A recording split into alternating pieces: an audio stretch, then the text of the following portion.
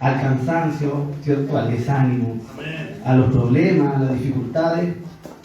Y gracias, hermano. Doblemente bendecido.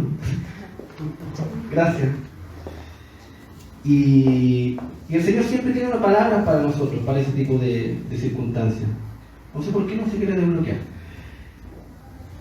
Y siempre hay anécdotas que uno cuenta y situaciones en las que uno puede caricaturizar un poco la condición en la que a veces nos encontramos los cristianos, ¿cierto?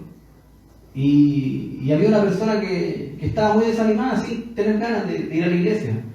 Y a veces pasa que algo que debería ser relativamente básico, el poder llegar a la casa del Señor, a veces se transforma en una tremenda lucha para nuestra vida. Una tremenda decisión de, como decía nuestro hermano Mauricio en algunas predicaciones, ¿cierto? El levantarte para ir a la iglesia a veces se transforma en un desafío. Ahora que los cultos son tempranos. Y había una persona que constantemente, o sea, que estaba en una situación de esa, no quería, no tenía ganas. Y su padre le reconvenía y le decía, tienes que ir. Y él decía, pero ¿por qué tengo que ir? Porque es bueno estar en ese lugar, porque es bueno, ¿cierto?, oír la palabra del Señor, porque es bueno estar con tus hermanos, y porque eres el pastor de la iglesia, tienes que ir. A veces, sin importar cuál sea el ministerio que Dios te ha dado, ¿cierto?, no tienes ganas de nada, no tienes deseo de ninguna cosa. Nosotros muchas veces los hermanos ponen a los hermanos que llevan más años, que el Señor ya le ha dado ministerio establecido, ¿cierto?, a través del tiempo, en una condición prácticamente de infalibles. No se pueden cansar, no se pueden equivocar, no pueden fallar, ¿cierto? Entonces siempre se está con esa vara alta. El pastor siempre tiene que estar. Sin importar, él tiene que estar. El hermano que predica constantemente, ¿cierto?, tiene que estar. Y cada hermano que está siendo usado por el Señor es como que no pudiese pasar por momentos difíciles. Pero nosotros que estamos desde el otro lado, ¿cierto?, sabemos que eso no es así. Sabemos que nos cansamos bastante. Sabemos que tenemos vidas con mucha lucha espiritual. Hermanos, si usted decide no servir a Cristo, créanme que le va a ir de mejor en el área espiritual. Va a tener menos conflictos, va a tener menos lucha, va a tener menos complicaciones en esa área. Créanme que es así. Pero si usted dispone verdaderamente su corazón para servir al Señor, va a entrar en una batalla espiritual tremenda, donde va a tener problemas, donde va a tener conflictos, donde va a pasar de proceso en proceso, porque así es la obra del Señor. Así el Señor nos prepara, ¿cierto?, y nos enseña. No sé por qué esto no se quiere desbloquear. Algo pasó. Hermano, ¿no me tiene algo? No, no estoy molestando.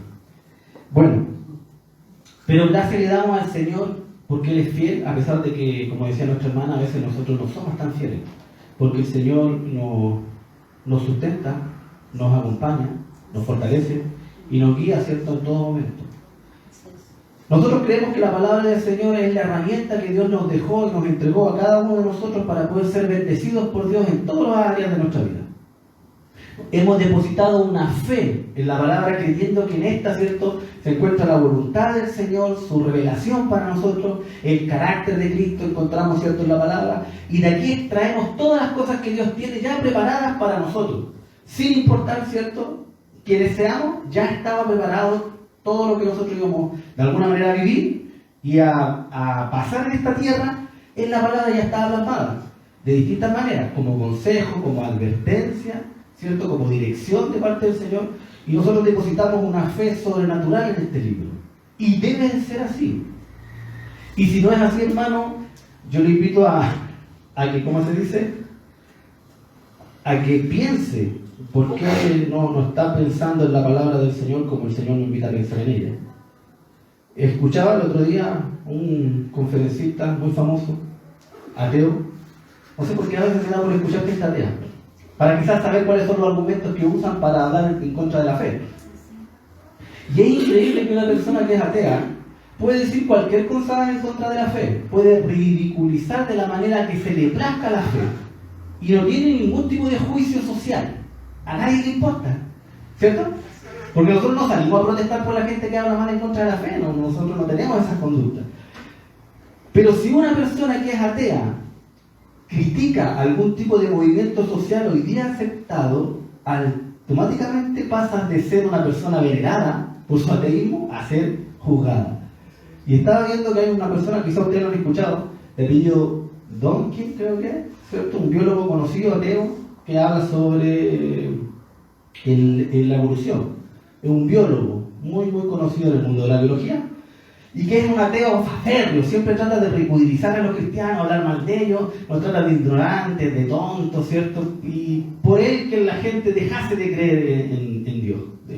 Y encuentra que en el fondo la gente que tenemos fe es porque nuestro intelecto es menor, literalmente. O sea, nos ven de forma menospreciados intelectualmente por cuanto creemos en algo que no vemos. Y esta persona resulta que un día refuta un poco sobre estas cosas que están ocurriendo hoy día, sobre esto de los géneros, ¿cierto? Y hace un comentario sarcástico sobre el tema de los géneros. Sí, por favor. Y solamente vamos a hacer un comentario, ni siquiera ataca la idea de los géneros, sino que hace un comentario sobre una condición, ¿cierto? Donde estas personas que se autoperciben con distintos sexos, ¿cierto? Y había una persona que se autopercibía de otro color, era blanco y se autopercibía negro. Entonces, comenta un poco de la razón y dice, bueno, como que no encuentra algo no tan normal, ¿cierto? Para decirlo de alguna manera. Y resulta de que una asociación que lo había premiado años antes por su descubrimiento y por ser un humanista muy destacado, le quitó el premio porque él hizo ese comentario.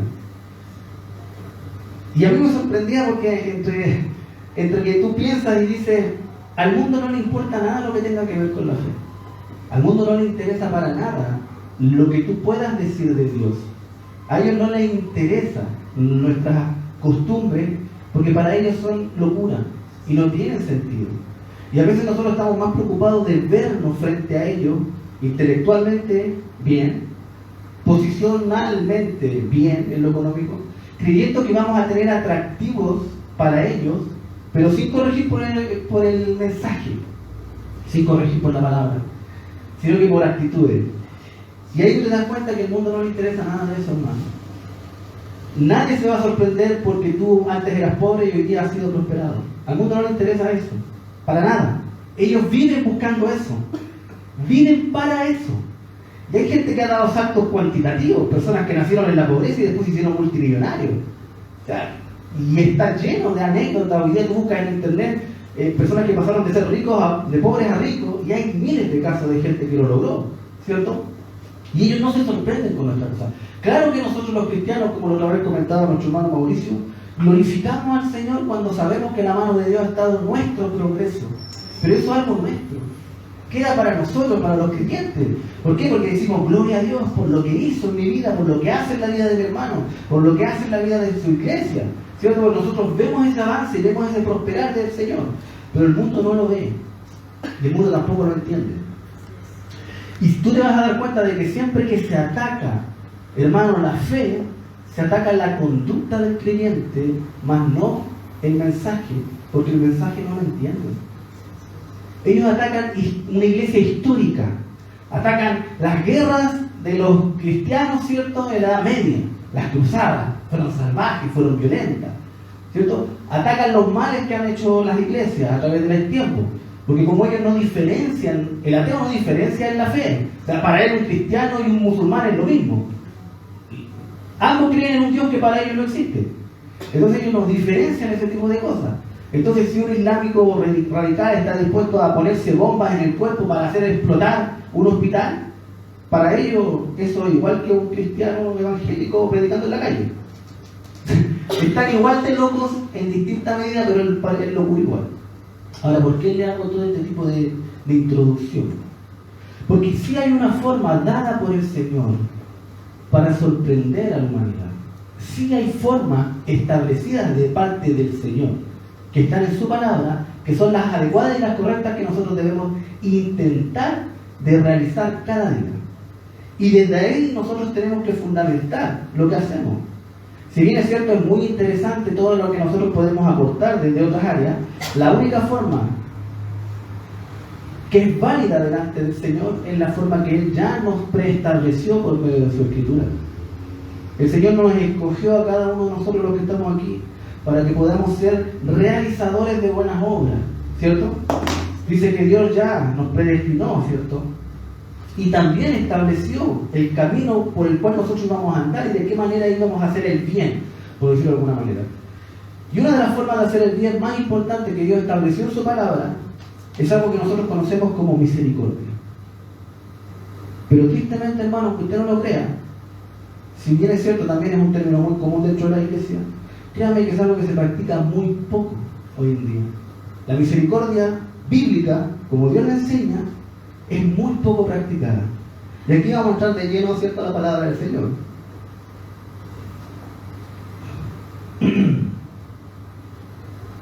Ya que este estudio tiene un título y se llama La misericordia del ministerio olvidado. Porque por mucho que nosotros pensamos, hermano, en la misericordia quizás, y lo pensamos como un concepto, muchos entienden hasta la definición de lo que significa, se realiza y se hace muy poco en el día a día de los creyentes. La iglesia a veces, y nosotros mismos individualmente, no vivimos para hacer el bien a otros, vivimos esperando que Dios haga el bien en nosotros. Fíjese el punto. Nosotros caminamos en una fe para alcanzar la gracia y la bondad de Dios en mi vida. Y el Señor nos llama para que nosotros seamos instrumentos de Dios para hacer el bien a otros. Y a veces vivimos en esa dualidad. Vivimos buscando ser prosperados por Dios, ¿cierto? Pero no pensando en hacer un instrumento para los demás, sino que porque yo también entiendo que el buscar al Señor tiene que ver conmigo y pasa por mí. Y si bien es cierto, Dios quiere bendecirnos a cada uno de forma individual, para que también podamos crecer de forma colectiva, no es el fin. No es el fin que Dios espera en nosotros. Jesucristo dijo que Él no venía a ser servido, sino que Él venía a servir. Si el Maestro, nuestro Señor, porque nosotros estamos hoy día aquí reunidos, ¿cierto? Si no fuera por Cristo y su enseñanza, hermano, el estar aquí reunidos no tiene ningún sentido. Mejor vámonos para la casa. Nosotros estamos aquí reunidos porque creímos en un Señor, en un Salvador que se llama Cristo, y creímos en su palabra y en su enseñanza, y las tomamos por verdad, ¿cierto? Y si hoy día nosotros estamos aquí es porque de alguna manera buscamos honrar ese nombre, glorificar ese nombre, exaltar ese nombre, ¿cierto? Y le damos un pequeño tributo, una honra de labios, donde se canta, donde se le honra con palabras, donde se ora, ¿cierto? En gratitud. Pero todo eso se vuelve vano cuando lo que el Señor espera de mí no se halla en mí. Todo lo que yo le trato de entregar al Señor, que no nace de un corazón, ¿cierto?, que busca honrarlo, no tiene mucho sentido para el Señor. Quizás para nosotros sí, como lo tenía para los fariseos. Recuérdense que los fariseos tenían un culto bastante riguroso, de mucha exigencia, ¿cierto? Tenían que cumplir muchas cosas. Entonces la misericordia, hermano, vamos a definir un poco la misericordia. Dice el término hebreo, rahamim, expresa el apego intensivo de un ser a otro. Según los semitas, este sentimiento tiene su asiento en el seno materno. Las traducciones de las palabras hebreas y griegas oscilan de la misericordia al amor, pasando por la ternura, por la piedad, por la conmiseración, la compasión, la clemencia, la bondad y hasta la gracia. Desde ahí se mueve la misericordia. Dios manifiesta su misericordia compadeciéndose de la miseria humana. ¿Cierto? Todos sabemos que si alguien es misericordioso, es nuestro Señor. Todos sabemos que el Señor, ¿cierto?, nos ha revelado y nos ha dado la misericordia. Y ahora vamos a entrar a leer la palabra del Señor. Si os gusta y pueden anotar algunos versículos bíblicos, hermano, o a medida que voy nombrando algunos versículos, usted me va diciendo amén para saber que usted lo va a leer. Deuteronomio 4:31. Diga bien amén. Deuteronomio 4:31. ¿Sí? Lamentaciones 3:22. Joel 2:13. Hermano, participen. Tienen que decirme amén para que yo ya no... Lamentaciones 3:22. Joel 2:13. Miqueas 7:18. Usted tiene que tener misericordia con el hermano que está delante y ayudarle en el mensaje. Miqueas 7:18. Amén. Lucas 1:50. Amén. Amén. Y podemos ir por orden, hermano, leyendo. Esta parte es la misericordia de Dios. En estos versículos vamos a ver cómo Dios es misericordioso.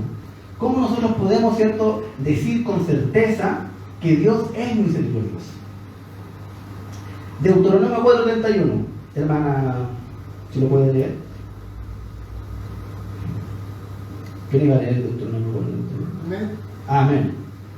Dice así la palabra del Señor: pues el Señor su Dios es Dios compasivo, no los abandonará ni los destruirá, ni se olvidará del pacto solemne que hizo con sus antepasados. Amén. Tenemos un Dios compasivo, misericordioso, ¿cierto? Que no nos destruirá. Ojo con esa palabra, es importante. Ojo que se va a repetir, lo van a volver a ver. Una área de la misericordia de Dios es que el Señor no nos paga mal, o sea, perdón, ¿cómo no?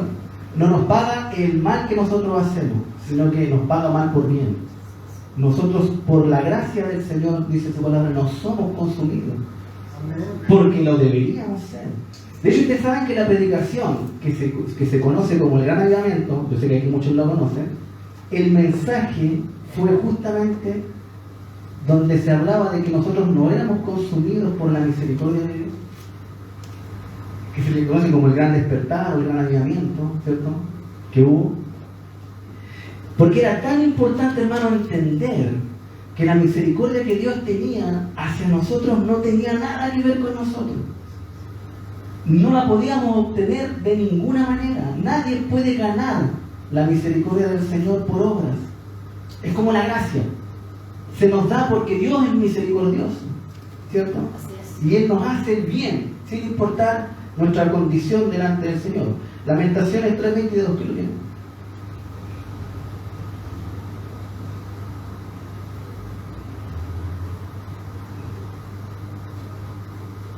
Lamentaciones 3:22. ¿Alguien lo notó? ¿No? ¿Nadie? Joel 2:13. Rasgad vuestro corazón y no vuestros vestidos, y convertidos a Jehová vuestro Dios, porque misericordioso es y clemente, tardo para la ira, grande en misericordia, y que se duele del castigo. Amén. Aquí en el libro de Joel se nos narra una conducta ya que tiene que ver con la misericordia de Dios y con la actitud humana. Dice: rasgad vuestro corazón y no vuestros vestidos, atacando un poco la hipocresía humana. Porque era muy común, ¿cierto?, los que han leído el Antiguo Testamento, que había una conducta de los judíos, ¿cierto?, y de los semitas de la época, no solamente el pueblo judío, que era rasgar las vestiduras cuando algo les dolía o les indignaba, ¿cierto?, o había sucesos de muerte, donde rasgaban vestiduras. Pero el Señor dice que a Él no le interesaba que rasgaran vestiduras. Dice: rasgar vuestro corazón y no vuestro vestido. El que nosotros podamos tener una actitud de humildad delante del Señor, de mansedumbre, ¿cierto?, humillarnos delante del Señor, porque dice que Dios es misericordioso, tardo para la ira. Nuevamente, veíamos destrucción y ahora vemos la ira. Fíjese lo importante de la misericordia, porque hasta el momento hemos visto dos cosas que se contraponen con la misericordia, que es la destrucción y la ira. La misericordia del Señor detiene el castigo que el hombre debería recibir. Detiene la destrucción y detiene la ira de Dios. Porque Él es misericordioso. Aleluya. Lamentaciones, hermano, 3:22. Sí. Por la misericordia de Jehová no hemos sido consumidos, porque nunca decayeron sus misericordias. Amén. Por las misericordias de Jehová no hemos sido consumidos. Nuevamente, siempre lo habíamos visto, dijimos que un mensaje que levantó a una generación fue el oír esta verdad del Señor. El oír que porque Dios es misericordioso, yo hoy día estoy aquí. Yo iría a pesar de mi maldad, hermano. Si por más que nos disfracemos, yo me ponga corbata y camisa para venir el día domingo, ¿cierto? Yo no escondo lo que soy delante del Señor. El Señor conoce mi corazón, sabe la maldad que hay en mí y sabe lo que yo puedo hacer si me alejo de la bondad del Señor. Nosotros somos autocorregidos en la palabra. El Señor contiene nuestra maldad por medio de su gracia y por medio de su palabra. Por eso la Biblia dice que sin Él nada podemos hacer. No hay nada bueno que yo pueda hacer sin Dios. Yo volvería a ser el que era antes. Nuestro hermano Mauricio muchas veces testifica, ¿cierto? Y da testimonio de lo que él era antes de conocer a Cristo. Si la gracia del Señor se apartara de su vida, o si él decidiera apartarse, ¿cierto?, de la palabra del Señor, él volvería a hacer lo mismo que hacía antes, y peor aún, ¿cierto? Amén. Y más.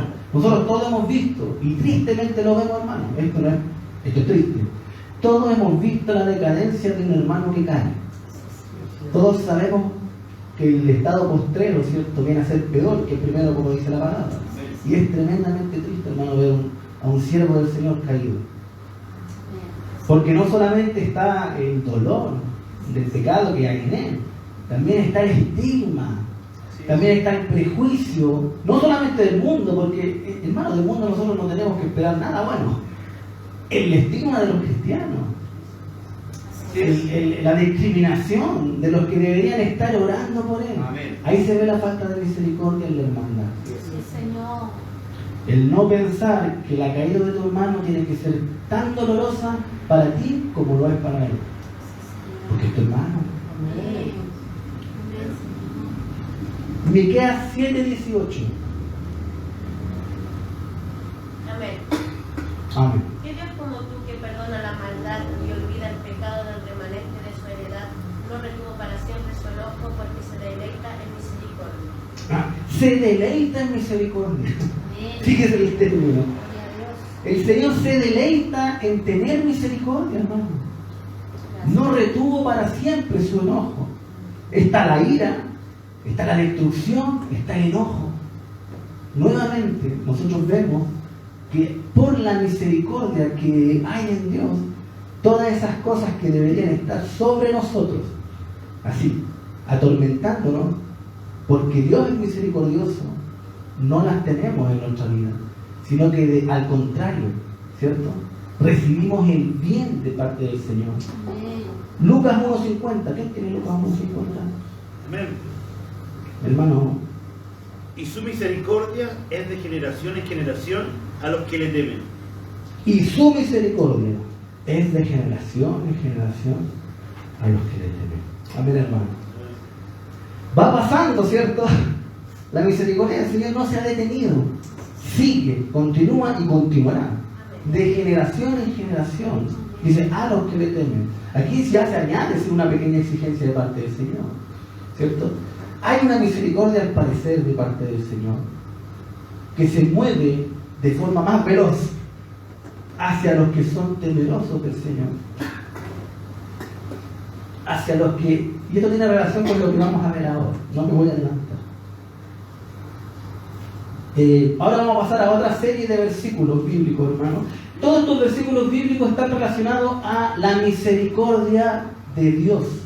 Fíjese bien, porque Dios es misericordioso. Ahora, ¿qué tengo que yo hacer si tengo un Dios que es misericordioso? Hacer misericordia, ser misericordioso, porque Dios es misericordioso. Ahora, ¿qué dice la palabra con respecto a la misericordia en nosotros? Proverbios 3:3.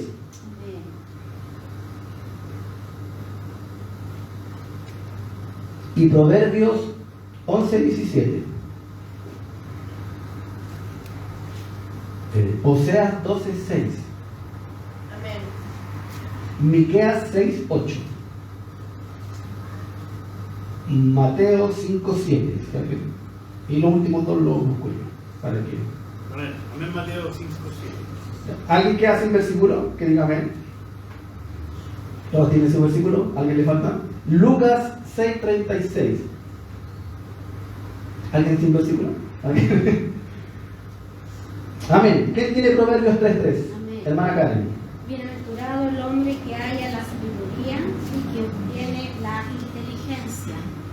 Bienaventurado el hombre que haya la sabiduría y que obtiene la inteligencia. ¿Sí? ¿Eso lo dice? Proverbios 3:13.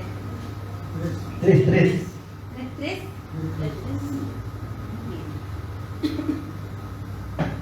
Nunca se aparten de ti la misericordia y la verdad. Átalas a tu cuello, escríbelas en la tabla de tu corazón. Amén. Nunca se aparte de ti la misericordia. Eso es lo que el Señor espera de nosotros. Que nosotros vivamos en misericordia, haciendo el bien a los demás, deseando el bien para los demás, contribuyendo de toda forma posible en la miseria de los demás.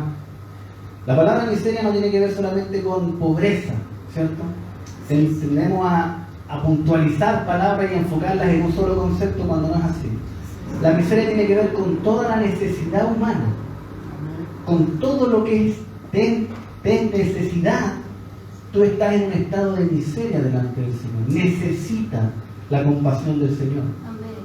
Y así también nosotros.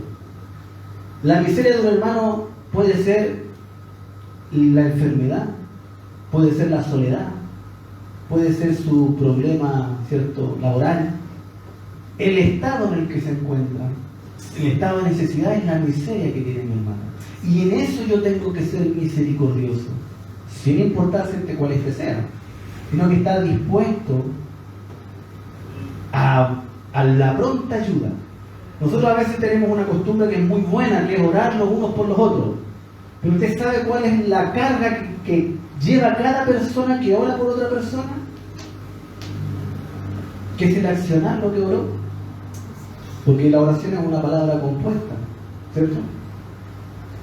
Es algo que tú pides y que haces. Entonces oración, orar y accionar.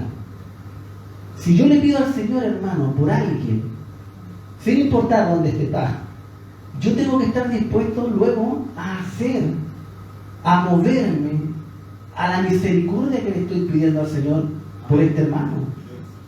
Si yo estoy orando por alguien solamente esperando que el Señor en su absoluto poder, ¿cierto?, en soberanía, de forma mágica, ayude a las personas, yo no estoy entendiendo cómo funciona la oración.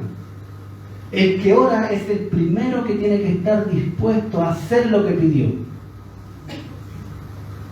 Porque si usted está pidiendo que el Señor acompañe a alguien en su enfermedad, ponga en su corazón ir a visitarlo. Si usted está pidiendo por alguien que está con necesidad económica, el Señor lo dijo. Prepárate tú primeramente a ayudarlo. Todo lo que tú estés pidiendo por otros, piensa en cómo puedes hacerlo tú. Porque es fácil orar esperando que Dios lo solucione, olvidándonos que el medio que Dios tiene somos nosotros. Somos nosotros. Todo lo que tú ores, una persona de carne y hueso va a tener que hacerlo. Alguien va a tener, hasta las sanidades más milagrosas, hermano, alguien va a tener que ir a imponer las manos sobre esa persona para que haya sanidad. Entonces, nunca te apartes y nunca te alejes de tu responsabilidad que hay en lo que tú deseas para los demás. Yo soy responsable de parte del Señor de hacer el bien a los demás. Esa es mi responsabilidad. Ser misericordioso es mi responsabilidad. Y tengo que estar a la altura de ello, ¿no? Proverbios 11:17. Hermana Marcela, Dios le bendiga y la mantenga despierta. A su alma se viene el hombre misericordioso, más el cruel se atormenta a sí mismo. A su alma. A su alma hace bien el hombre misericordioso. A su alma hace bien el hombre misericordioso. Fíjense cómo el Señor expresa la misericordia aquí en mis proverbios. Que a nuestra propia alma hace bien el ser misericordioso. De parte del Señor, hermano, siempre donde hay una demanda, también hay una ganancia. Es increíble eso. Nosotros nos beneficiamos del bien que hacemos. Cuando tú sales, hermano, yo sé que todos aquí han pasado por distintos tiempos de evolución en el Evangelio y en preparación. Entonces yo sé que aquí muchos han estado predicando en las noches, han salido a repartir alimentos, han estado haciendo trabajo no social, sino que justamente más llevado a la obra de la misericordia, ¿cierto? Que es en pos de las necesidades de los demás, que han estado visitando hospitales. Cuando tú realizas, hermano, esa función, cuando tú lo haces de corazón para la gloria del Señor, porque sabes que el Señor desea que nosotros visitemos a los enfermos que están solos, porque es muy triste, hermano, de estar postrado, sin fuerza. Es el estado más vulnerable del ser humano, la enfermedad, donde tú no tienes fuerza para nada, donde si no tienes ayuda de un tercero no puedes hacer nada. Y no solamente eso, imagínate el estar solo en esa condición, el depender de alguien, ¿cierto?, para tus necesidades más básicas. Y personas que ni siquiera te conocen, pero son médicos, son enfermeros, y que nadie te vea, hermano, y que a nadie le importe que tú estás en esa condición. Imagínate si esa persona ora y clama a Dios y le dice: Señor, ten misericordia de mí en esta mi condición, ayúdame, Señor, en esto que estoy viviendo. ¿Y qué pasa si ninguna persona oye esa oración? ¿Qué pasa si ningún cristiano siente de parte del Señor el ir a visitar ese hospital? ¿Qué sucede en el corazón de esa persona que oró con fe, pidiéndole al Señor misericordia? Eso pasa muy seguido, hermano. Mucha gente, antes de conocer el cristianismo y el evangelio, se decepciona de Dios. ¿Sabe por qué? Porque hay mucho pueblo del Señor que no le interesa para nada cómo están las otras personas. Nada, hermano. Y aquí lo voy a asociar a lo que hablábamos anteriormente. Nosotros creemos que hay formas de asombrar al mundo y la hemos ligado al exitismo populista, al exitismo humano, carnal. Iglesias grandes, prósperas, buenas profesiones, buenos autos, buenas casas. Ahora sí que la gente va a decir: grande es el Señor. No, hermano. Así tú no estás sorprendiendo a nadie del mundo. ¿Sabes cuando tú sorprendes al mundo? Cuando tú estás visitando a alguien que no tiene nada que ver con tu vida, ni siquiera sabes quién es, pero estás ahí dedicando el tiempo que Dios te da, tu economía, para estar acompañando a esa persona. Ahí tú le demuestras al mundo algo. Estás demostrando el amor de Dios que hay en ti. La misericordia del Señor es manifiesta a los ojos de los que miran. ¿Por qué una persona tiene que ir a ver a otra que no conoce? ¿Cuál es el sentido? El sentido es que Dios en su palabra nos lo dejó. Ese es el sentido. Y así nosotros hacemos manifiesto al mundo que tenemos un Dios que gobierna nuestras vidas y que nos está dirigiendo. No de otra manera, hermano. Y con esto no estoy diciendo que obtener cosas materiales está malo. Estoy diciendo que no es la forma que Dios estableció para que tú sorprendas al mundo, para que tú demuestres el verdadero poder de Dios. Porque el verdadero poder de Dios no tiene nada que ver con lo material. No tiene nada que ver con esa manifestación. Ahora, si a nosotros nos gusta asociarla, eso ya es cosa nuestra. Pero si tú tienes un fundamento bíblico que salga de la Escritura, donde tú ves un apóstol, a un predicador del Evangelio, a un Apolo, ¿cierto?, que decía que era elocuente y poderoso en palabras, establecer algún principio como ese. Ahora, ¿por qué hago esta comparativa, hermano? ¿Y por qué la menciono? ¿Quién tiene Miqueas 6:8? Amén. Oh hombre, Él te ha declarado lo que es bueno. ¿Y qué pide Jehová de ti? Solamente hacer justicia y amar misericordia y humillarte ante tu Dios. Léalo. Oh hombre, Hombre. Él te ha declarado lo que es bueno. ¿Y qué pide Jehová de ti? Solamente hacer justicia y amar misericordia y humillarte ante tu Dios. ¿Y qué pide Jehová de ti? Amar misericordia y hacer justicia.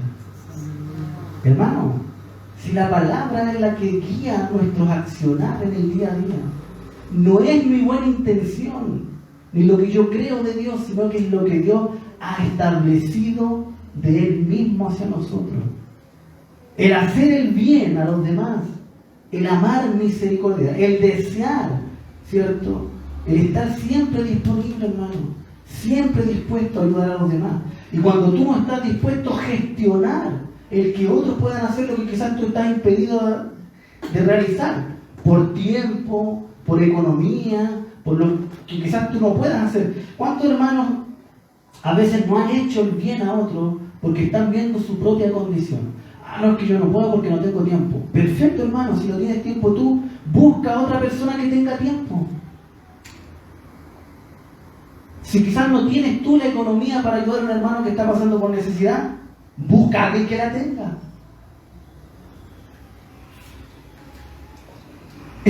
El Señor estableció algo de su palabra y que a veces a nosotros los cristianos parece que o nos olvidamos que está y hay que recordárnosla. ¿Se acuerdan de la condición en la que se encontraba una persona que va a golpear, a llamar a un vecino para pedirle unos panes? ¿Se acuerdan? Está, ¿cierto? Lucas parece. ¿Y qué le dice el Señor? Esta persona te va a dar lo que pides, ¿cierto?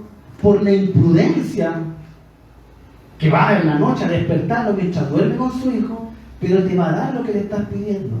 ¿Y el que estaba pidiendo unos panes para qué? Para ponerlos en la mesa, porque una persona había llegado a su casa y no tenía qué ponerle para comer, ¿cierto? Y él va y pide esta ayuda. Y dice, pide y se os dará. Pero fíjate el concepto del pide y se os dará, en el que lo está relacionando el Señor. Esa persona no estaba pidiendo para sí, estaba pidiendo para servir a otros. Estaba pidiendo para ayudar a otros. De ahí nacen los principios de la ofrenda y del diezmo. Ojo. Ustedes saben que un diezmo que se pedía a los judíos, que se reunía, tenía solamente que ver con poder ayudar a los extranjeros que vivían en medio del pueblo de Israel, solamente para sustentar personas que por distintos motivos, cierto de los conflictos que viven las naciones no es de ahora, de los tiempos de Jesucristo también había inmigración porque invadían un país y lo destruían, y esa gente tenía que huir de un lugar a otro, ¿cierto? Con su familia, como hoy día nosotros vemos que pasa con los extranjeros venezolanos, ¿cierto? Haitianos, que vienen arrancando de países devastados económicamente y buscan refugio en países como Chile, como Argentina, como Colombia. Bueno, el Señor había establecido un diezmo para ayuda en ese tipo de condiciones. Porque al Señor le preocupa también el extranjero que mira, ¿o no le preocupa? Estará dentro de las preocupaciones del Señor, como decía Carla, en esas cosas que para a veces nosotros ni siquiera son consideradas, sino que son como molestias. Estará en el pensamiento del Señor la condición de una persona que viene migrando, viajando 3 países para llegar a uno con un bolso al hombro y su hijo a la rastra. ¿Dios tendrá misericordia de ellos o no? No está dentro de los planes del Señor ayudar a los inmigrantes y letales.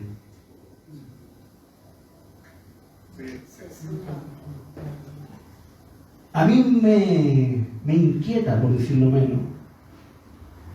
Tengo interacción con muchas iglesias, gracias al Señor. Y me inquieta que, por lo menos en las iglesias que yo conozco, y me gustaría que esto terminara, ojalá, que terminara de la forma positiva, o sea, que se hiciese algo. Me gustaría ver que las iglesias se mueven a hacer misericordia con los extranjeros que llegan a este país. Y no que solamente haya un sentir de crítica, porque a veces se nos olvidan que estas personas también necesitan misericordia como yo la necesito. Que ellos también necesitan ayuda como yo la necesito. Lamentablemente nosotros los cristianos, ¿se acuerdan que le partí diciendo que no estamos ajenos a ninguno de los males? Nosotros los cristianos a veces pensamos igual que como piensa el mundo y sentimos como el mundo siente. Y vemos a los extranjeros como el mundo los ve, como un problema. Como los que vienen a quitar el trabajo, como los que vienen a cambiar nuestra forma de vida, porque son más bulliciosos, porque... Hermano, yo tuve un desafío con este mensaje. Tuve que tener misericordia toda la noche. Hasta las 5 de la mañana escuchando música, una comunidad de venezolanos que vive enfrente de mi casa. Y yo, Señor, ten misericordia de esta gente, porque también tienen necesidades, hermano. ¿Sabe lo que pensaba para no enojarme? Decía, a lo mejor esta gente a veces está tan sola que necesita llenarse de este ruido, llenarse de esa compañía falsa. Porque mucha de esa gente viene a este país y abandonó a toda su familia. y se reúnen y se alegran los fines de semana y se ríen y cantan, porque hay tremendo vacío en su corazón. Muchos dejaron hijos lejos. Es fácil criticar, hermano, es muy fácil criticar, pero lo que el Señor nos pide es hacer misericordia, pensar en la necesidad de los demás. A mí me gustaría que las iglesias, así como se agrupan para hacer tantas cosas, se reunieran para decir, ¿y cómo podemos ayudar en este conflicto que estamos viviendo hoy día, que nos tocó a nosotros como generación? ¿Cómo podemos nosotros establecer una ayuda, ¿cierto? No tan solamente quizás económica, hermano, de contención espiritual. Esa gente viene pasando por tantas necesidades, viene atravesando tantos peligros, muchos con sus hijos pequeños, Eso es misericordia, es ponerte en el lugar de esa persona. Vete tú mismo, hermano, viajando por la calle con tu bolsa. Piensa que puede ser tu familia, tú. Una vez escuché esta frase y me llamó la atención. No solamente me llamó la atención, sino que despertó algo en mí. La primera vez que la oí. ¿Qué tiene Mateo 5:7? Igual, hermano Mauricio. Bienaventurados los misericordiosos, porque ellos alcanzarán misericordia. Bienaventurados los misericordiosos, porque ellos alcanzarán misericordia. Las bienaventuranzas son tremendas, porque establecen principios eternos que el Señor nos dio, ¿cierto? Bienaventurados los que lloran, bienaventurados los mansos, bienaventurados los pobres de espíritu. Bienaventurados los misericordiosos, porque ellos alcanzarán misericordia. Hermano, ¿tú quieres recibir misericordia del Señor en tus momentos de aflicción? ¿Tú realmente quieres que Dios sea un pronto auxilio y salga en tu socorro? Bueno, aquí hay un principio que es la ley del que siembra, ¿cierto? La cosecha. La siembra y la cosecha. Si tú quieres que Dios sea misericordioso, haz misericordia. Sé misericordioso. ¿Se acuerda que decíamos anteriormente porque íbamos a unir este versículo con otro cuando el Señor decía que Él se mueve a misericordia con quién? Lo leímos recién. ¿Con qué les decía? Con lo justo. Una forma de justicia es la misericordia. La misericordia es justa. Hace justicia. ¿Y de qué manera hace justicia la misericordia? De la misma manera que Dios es misericordioso a nosotros, porque es algo que tú das sin merecimiento. Es algo que se da por amor, no porque la gente merezca. El prejuicio que hay en nuestro interior tiene que ser eliminado. Nosotros no podemos pensar como el mundo piensa. No, es que esto no se merece mi ayuda. ¿Qué es eso, hermano? Si fuera por eso, nadie merecería la ayuda del Señor. Nadie. Nadie merecería que Dios moviese nada a su favor. Si fuese por mérito, por merecimiento. No es por merecimiento. A nosotros nos gusta sentirnos especiales delante del Señor y gloria a Dios. De alguna manera lo somos. Pero recuerden de dónde nos sacó el Señor. De lo vil y menospreciado del mundo. Éramos viles y menospreciados delante del Señor. Y éramos injustos. Significa que no merecíamos por nuestra injusticia nada del Señor. Porque la Biblia dice, yo no he venido a llamar a justos, sino a pecadores al arrepentimiento. No hay ninguno de nosotros que haya podido ser justo. Porque si no, no hubiésemos podido ser llamados por el Señor. Había solamente obras de injusticia en nuestra vida. Pero quiero volver a ese punto. Lucas 6:36, hermanos, ¿a Sed pues misericordiosos, como también vuestro Padre es misericordioso. Amén. Y aquí tenemos el principio de la invitación. Ser misericordioso porque nuestro Padre es misericordioso. Jesucristo lo dijo de alguna manera, imitadme a mí. ¿Cuántos desean ser imitadores de Cristo? ¿Cuántos anhelan ser imitadores de Cristo? Pablo dijo, imitadme a mí por cuanto yo soy imitador, ¿cierto? Del Señor, de Jesús. Y allí hay un principio, el imitar a otro. Pablo lo estableció como un principio en las iglesias cuando le dice a Timoteo que tenía que ser ejemplo en todo. En palabra, en conducta. ¿cierto? ¿Por qué tenía que ser? Para que los demás pudiesen imitar. ¿Por qué cuesta tanto, hermano, a veces establecer principios de misericordia activos, reales, no como una palabra, no como un concepto, sino como obras reales, palpables, que usted las puede tocar, personas? Porque la misericordia se le hace a personas con rostro, con nombre. Amén. ¿Por qué? Porque no tenemos tantos ejemplos hoy día de misericordia. Por eso nos cuesta. Porque no vemos a veces en nuestro grupo movimientos grandes de obras que busquen hacer misericordia con los demás. Y todos entendemos la necesidad. ¿Hay alguno aquí que no entienda la necesidad de hacer misericordia? Voy a tomar su silencio como que todos lo entienden. O sea, todos saben que hay que hacer misericordia. Y a veces el saber que no se está haciendo nos causa una molestia interna. Porque nos gustaría que se hiciese. Pero ahí caemos en un problema que es intelectual. Estoy esperando que otro comience a hacer misericordia para yo sumarme. Y no estoy siendo yo un promotor. No estoy siendo yo el que va primero. No, hermano, el Evangelio no es así. Tú sé ejemplo en todo. Tú, hermano. Tú sé ejemplo.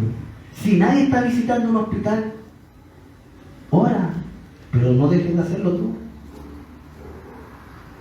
Si nadie está saliendo a predicar el Evangelio, ¿cuál va a ser tu excusa delante del Señor? No, es que en mi iglesia nadie me decía que hay que predicar. O sea, por tu iglesia no predicaste. No, predica tú. Si el Señor te dio los dones, si el Señor te dio su palabra, si el Señor te dio el llamamiento, hazlo. A mí me asombran esos predicadores solitarios. ¿A cuántos les asombran los predicadores solitarios?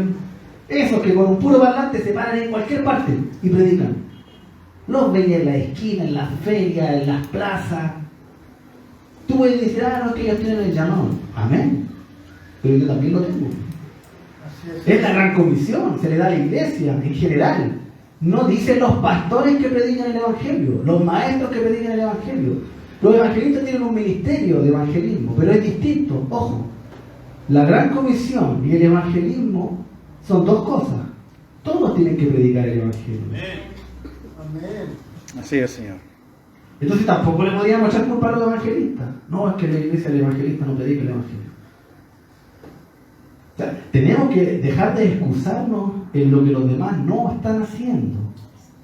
Porque te voy a decir algo, hermano. Cuando tú sabes que tienes que hacer algo y tú sabes que es tu responsabilidad, tú no buscas excusas. No lo haces. ¿Pero por qué en el ministerio sí? Porque yo estoy seguro que en tu casa, si falta para comer y tú no estás trabajando, ¿qué vaya a decir? No, es que en mi casa no trabaja nadie. Mi señora no trabaja, mi hijo no trabaja. ¿Para qué voy a trabajar? ¿No? ¿Qué haces? Sales a trabajar. Porque entiendes que hay una necesidad y se tiene que suplir. Y no vas a esperar que otro te ponga el alimento en la mesa. Vas a ir tú. Lo mismo que si tu casa está cochina. Es que nadie limpia. Bueno, los que vivimos con familia grande a veces caemos en eso, sí. Es que esta taza no la ensucié yo. Ese plato tampoco. Pero cuando tú estás en tu casa, también. Tú sabes que si nadie lava la loza, ¿quién la lava? No va, si no se va a arrumbar.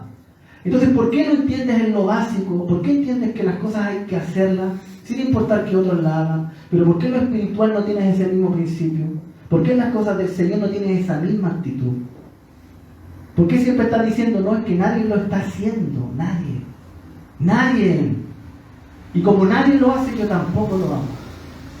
Y como nadie está ahí, yo tampoco. Hermano, eso demuestra la inmadurez espiritual de las iglesias. Quieren ser tratados como adultos y se comportan como niños. Quieren que los vean como personas preparadas para la obra, pero realmente necesitan, como dijo Pablo, ser aún enseñados en los rudimentos, en lo más básico, en los principios más esenciales, porque todavía no están. Tú no vas a mandar a un niño a trabajar, no lo vas a hacer. Por mucho que haya necesidad, tú no lo vas a mandar, porque tú ves en él la incapacidad de realizar una función. ¿O lo mandarías a trabajar? ¿Qué mandaría a trabajar a su hijo de 10 años? De 15 años. Un adolescente, ya tiene un poco más de fuerza. Quizás le pedirías que te ayude a trabajar, pero tú no lo mandarías a trabajar para mantener el hogar. ¿Cierto? Hay una diferencia. Y eso pasa en la obra, hermano. Muchos quieren que Dios los use, pero con una gracia externa. Que Dios venga de manera sobrenatural con una unción para que tú puedas ser usado. No, hermano, eso no va a pasar. No. Porque Dios te prepara en el tiempo y en la madurez. Así como tú no mandarías a un niño a trabajar, Dios tampoco te manda a trabajar cuando tú eres un niño espiritual. Cuando tú eres un inmaduro. Cuando tú aún no has entendido los principios del Evangelio. Cuando no se te puede dar una obligación y la puedas cumplir. Mucha gente hace funciones que Dios no les llamó a hacer. Mucha gente hace función de pastores cuando no son pastores. Y levantan sus propias iglesias en la casa porque pelearon con el pastor, no le gustó cómo enseñaba y pum, se fue. Levantó una obra en su casa, total, el Señor está en todas partes y hace obra de pastor. Hermano, tremenda destrucción para su vida y para los que le siguen. Son niños. Y lo mismo con todos los servicios y los ministerios. No hagas nada, hermano, que Dios no te llamó a hacer, pero haz todo lo que Dios te ha llamado a hacer. Hay diferencia. Hay diferencia. Dios te llamó a hacer cosas, hazlas. Esto es como cuando nosotros tratamos de descubrir misterios de Dios cuando tenemos toda una palabra que se nos ha dado para realizar. Pero no, te empecinas en el misterio. Te empecinas en saber cuál es esa profecía oculta. No, hermano, no gastes tu tiempo en cosas que Dios no te ha llamado. Tienes tanto que hacer. Hay tantas cosas que podemos realizar y que no estamos haciendo.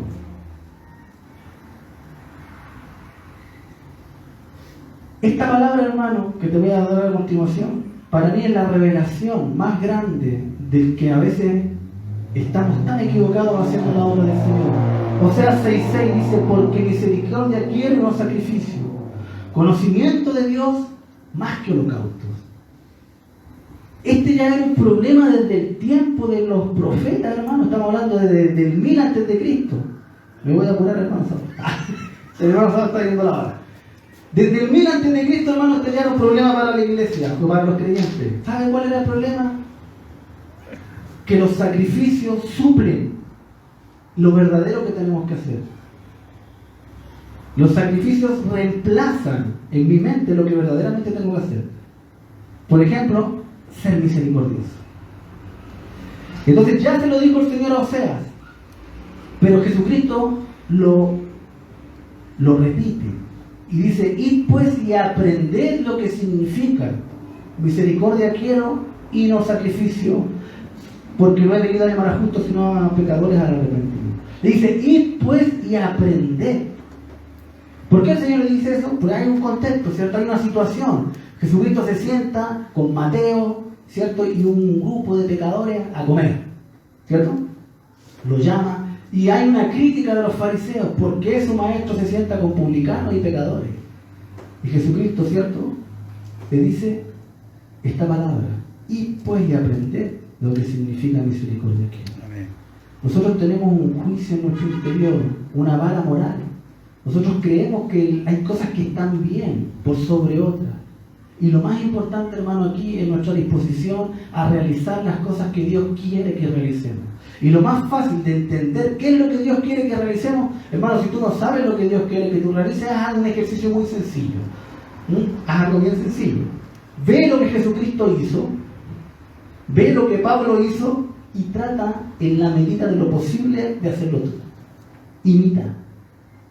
Imita lo que otros hicieron. Si te cuesta entender qué querrá Dios conmigo, te invito a que hagas ese ejercicio sencillo. Lee la palabra e intenta hacer lo que el maestro hizo, porque son principios que él estableció. Cuando nosotros decimos que Jesucristo es el camino, la verdad y la vida, es porque él trazó un camino por el cual toda la iglesia tiene que transitar. Él fue el primero, pero la iglesia tiene toda atrás, avanzando en ese mismo camino. Y es algo que tenemos que aprender. La misericordia se aprende.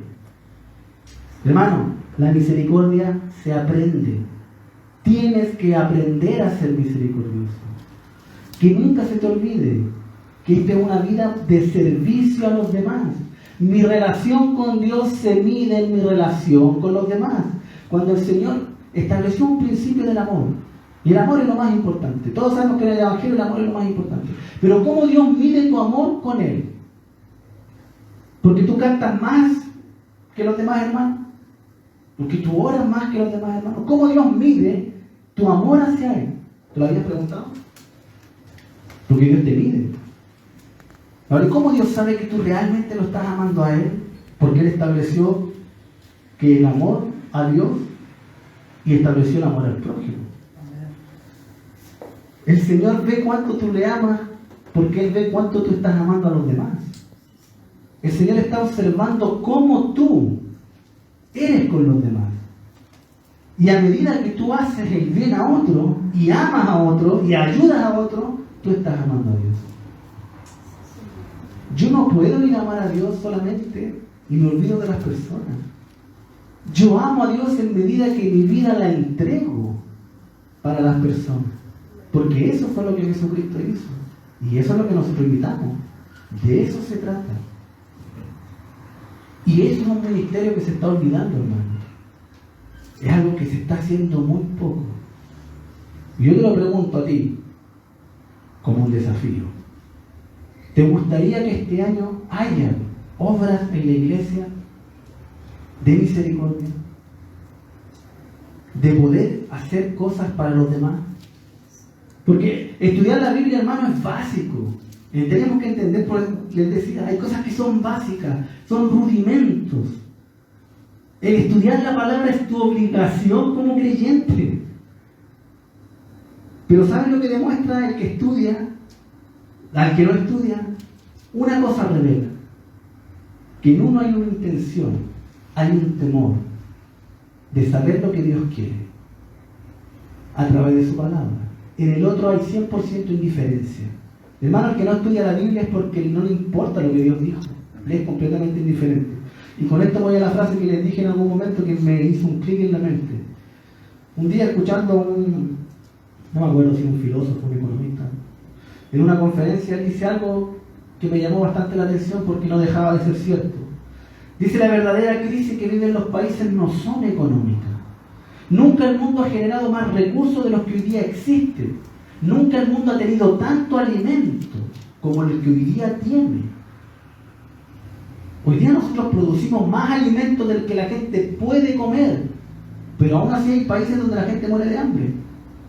Y él decía esto: porque el problema de los países no es la riqueza, el problema de los países es de conciencia. Vivimos de una manera inconsciente. No vivimos pensando en la necesidad de los demás. El país que tiene mucho alimento no le interesa botarlo a la basura. Cuando hay niños que buscan en la basura comida, en otros países. Y ahora, yo te estoy extrapolando países. Ahora llévalo a lo diminutivo, persona. La persona que tiene, hermano, para saciarse con comida todos los días, ¿no piensan que hay gente que no tiene nada para comer? Ni siquiera se le ocurre que hay personas que no tienen nada en su casa. Y a lo mejor todos los meses tiene sobras de alimentos no perecibles. ¿Cierto? Y no hay importancia de la realidad de que hay otros que no. Porque nuestra verdadera crisis es de conciencia. Vivimos de forma inconsciente, no de una forma consciente. Y Dios nos despierta la conciencia. Dios nos hace conscientes del mundo en el que vivimos y de las necesidades de los demás. Esas necesidades que antes para mí no eran importantes, en Cristo tienen que tomar importancia. Cuando yo digo tengo la mente de Cristo, esto no es una definición abstracta. Significa que yo pienso verdaderamente como Cristo pensó para hacer las cosas que Cristo hizo. Si decir que yo tengo la mente de Cristo y no hacer nada como lo que Jesucristo hizo, eso es un engaño, es una mentira. Si tú piensas como Cristo, vas a hacer las cosas que Cristo haría. Y te van a preocupar las cosas que a Jesús le preocupaban. Y hacer misericordia era una de las cosas que al Señor le importaba. Y el que nosotros tengamos esa disposición en nuestro corazón, hermano, es fundamental. Voy a ir terminando ya el mensaje. Hay 3 centros o 3 objetivos más claros bíblicamente para hacer misericordia. Primeramente, la familia de la fe. Ser misericordioso con los hermanos es fundamental. Ser misericordioso en cada necesidad de los hermanos es fundamental, hermano. Estar con los hermanos cuando están enfermos. Estar con los hermanos cuando están viviendo crisis matrimoniales. Estar con los hermanos cuando están pasando conflicto con sus hijos que son adolescentes. Estar con los hermanos cuando están en problemas financieros. Estar con los hermanos en cada instancia. Yo creo que aquí no hay hermano que no haya vivido un momento difícil donde sintió que la iglesia no le acompañó como quizás tendría que haberle acompañado según la Biblia, según la Escritura. Porque es increíble cómo el diablo nos ayuda con los versículos cuando estamos pasando por necesidades. ¿Cierto? Nos pone la palabra del Señor, cómo deberían conducirse los demás en mi necesidad. Y como que los versículos vuelan en la mente. ¿Cierto? Y extrañas que los hermanos te llamen, extrañas que los hermanos estén preocupados por ti en tu momento de necesidad. Y créeme que hay algo que todos hacemos cuando tenemos necesidad. Clamamos a Dios por misericordia. Y vuelvo. Tú tienes que ser misericordioso con los demás. Así como tú clamas a Dios para que te ayude a ti en tu necesidad, tú también tienes que estar dispuesto a estar en los momentos de necesidad de los demás. Para que realmente podamos vivir una vida como Dios quiere que vivamos. La misericordia de los hermanos no se te tiene nunca que olvidar. Y si no estás siendo misericordioso hoy día con la iglesia, hermano, disponte nuevamente en tu corazón de dar tiempo para hacer misericordia. De apartar un tiempo. Hay hermanos que siempre te están escribiendo mensajes de aliento, animándote, hermanos que te llaman, hola hermano, ¿cómo estás? ¿Cómo te ha ido? El Señor pone en su corazón, ¿cierto?, el preocuparse de los demás. Hay hermanos que siempre quieren ir a verte, se invitan solos. ¿Cuántos hermanos se invitan solos a tomar once? Yo me invito harto a tomar. No es porque me guste comer, hermano.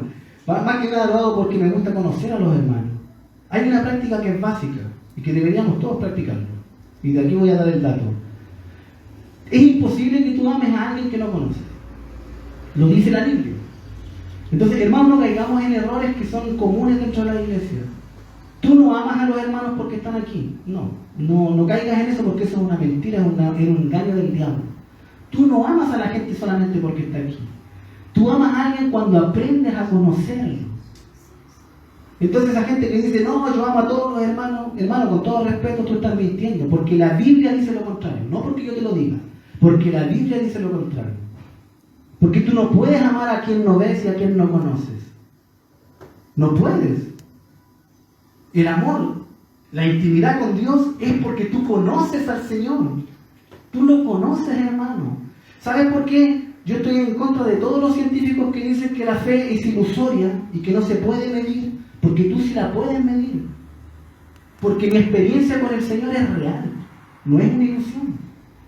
Lo que tú viviste con el Señor cuando Él vino a tu vida y te salvó, eso es medible, porque tú pasaste de ser una persona a ser otra persona.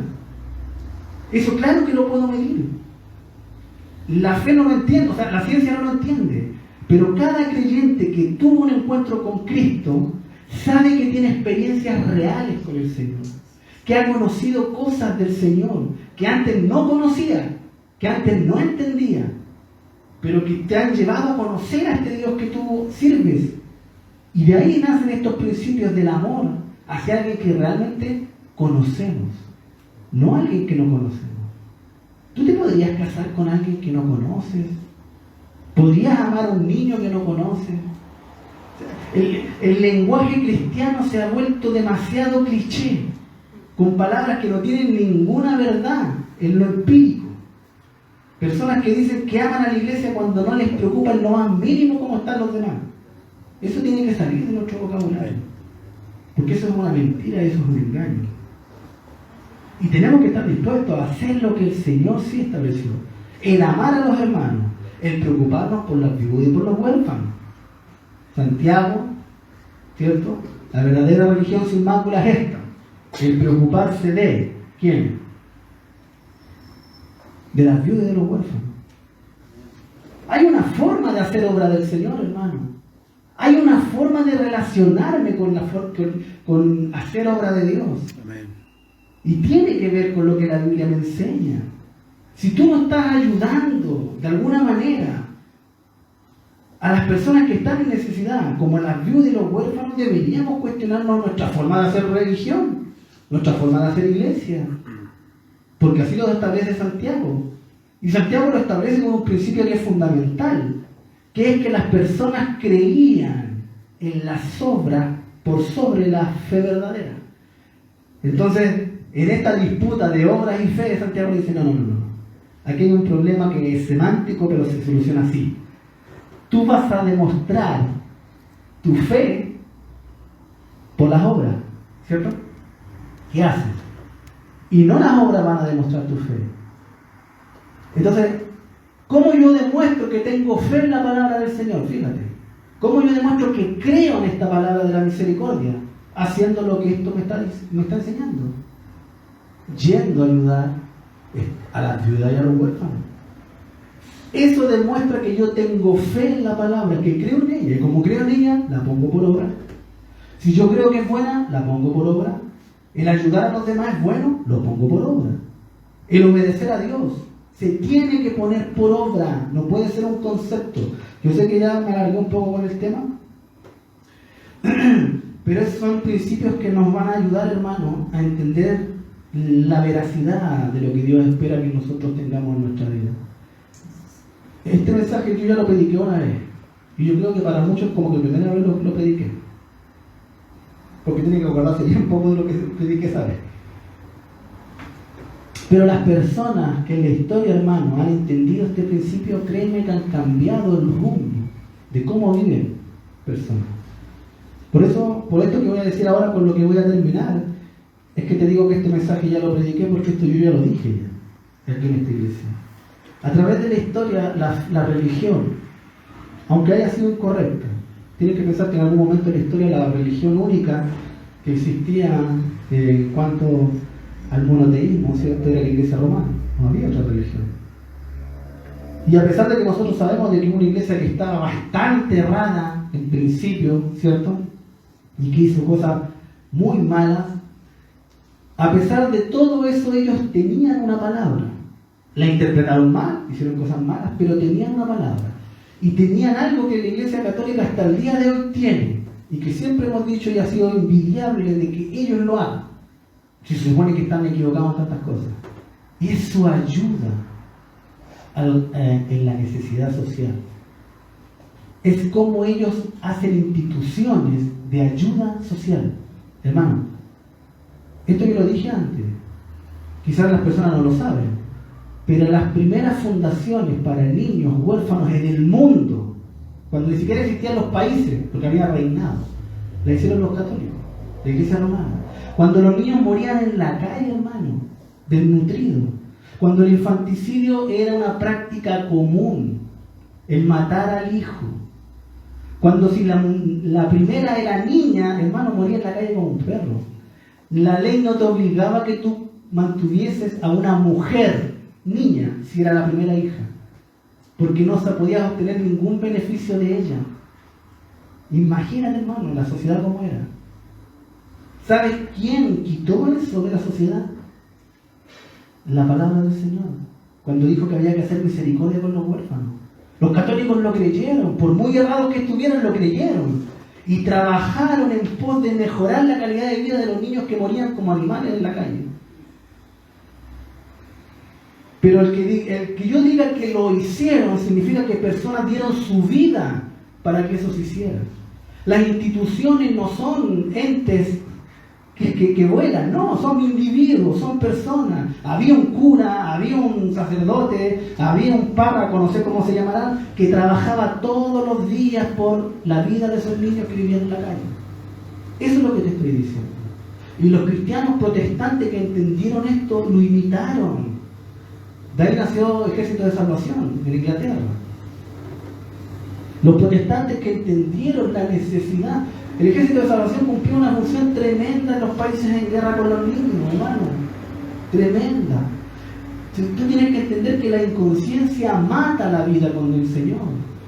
Cuando tú ves en la tele, no, que en Siria hay bombardeo, no, es que a lo mejor Rusia ataca Ucrania. Hermano, ahí hay familias que a lo mejor van a pasar las peores de las tragedias que tú te imaginas. Les puede caer una bomba en la casa, mueren los papás, los hijos quedan con brazos imputados, con un ojo menos, hermano, cosas terribles.